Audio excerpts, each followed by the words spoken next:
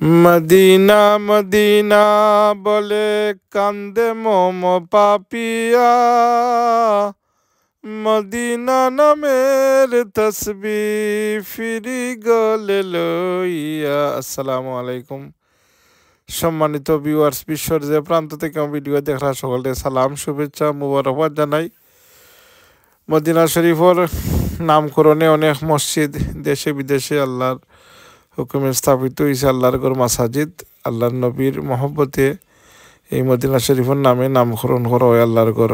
তাই সম্মানিত ভিউয়ার্স, আবহমান বাংলার সৌন্দর্য গ্রামের মাঝে নিহিত। এই আবহমান বাংলার গ্রাম বাংলার সৌন্দর্য দেখাইবা বাটি বাংলার সিংহপুরুষ আমার শ্রদ্ধাভাজন ব্যক্তি হজরতুল আল্লাম হজরত মৌলানা কারি ফয়জুর রহমান কিরানি সাহেব মাদ্রাজুল আলিয়া দামাত বারাকাত। তাই আপনারা বাংলাদেশ লিয়া যায় কি গ্রামের এই সৌন্দর্য। সম্মানিত ভিউয়ার্স, আসসালামু আলাইকুম ওয়া রাহমাতুল্লাহি ওয়া বারাকাতুহু।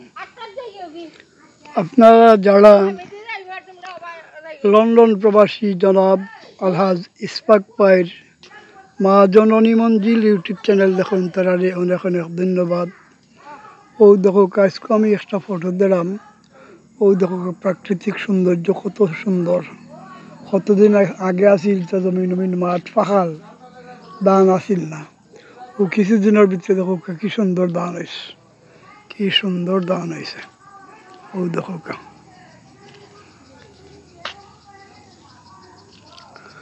আপনারা আমরা চ্যানেলটা দেখবা, লাইক শেয়ার করবা, অন্যরে দেখার সুযোগ করিয়া দিবা।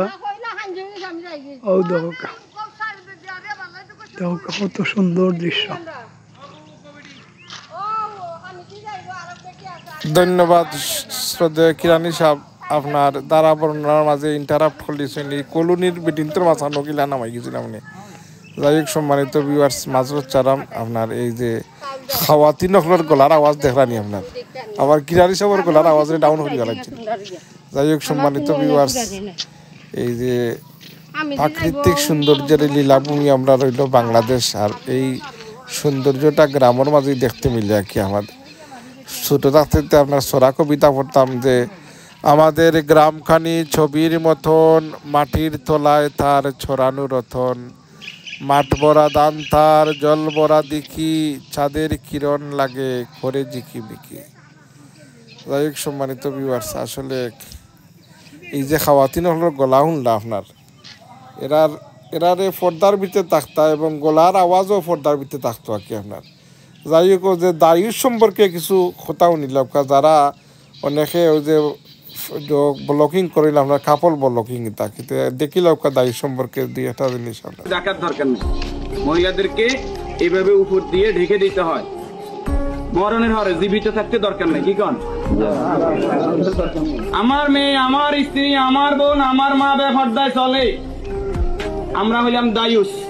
ওই পুরুষ দায়ুস যে তার স্ত্রী সন্তানকে পর্দা করায় না। আপনি থাকতে আপনার স্ত্রী কিভাবে ফেরিয়ালার সামনে যায় আলু খাইছেন, আপনি দেশে থাকতে, আপনি এলাকা থাকতে আপনার স্ত্রী কিভাবে। সম্মানিত ভিউয়ার্স, বর্তমানে দায়ুস সকলের অভাব নাই আপনার। আল্লাহ দায়ুস মুক্ত সকল সমাজ গড়িয়া উঠুক এই দোয়া করি। আমার চ্যানেলটা দেখবা, সাবস্ক্রাইব করবা। আসসালামু আলাইকুম ওয়া রাহমাতুল্লাহ।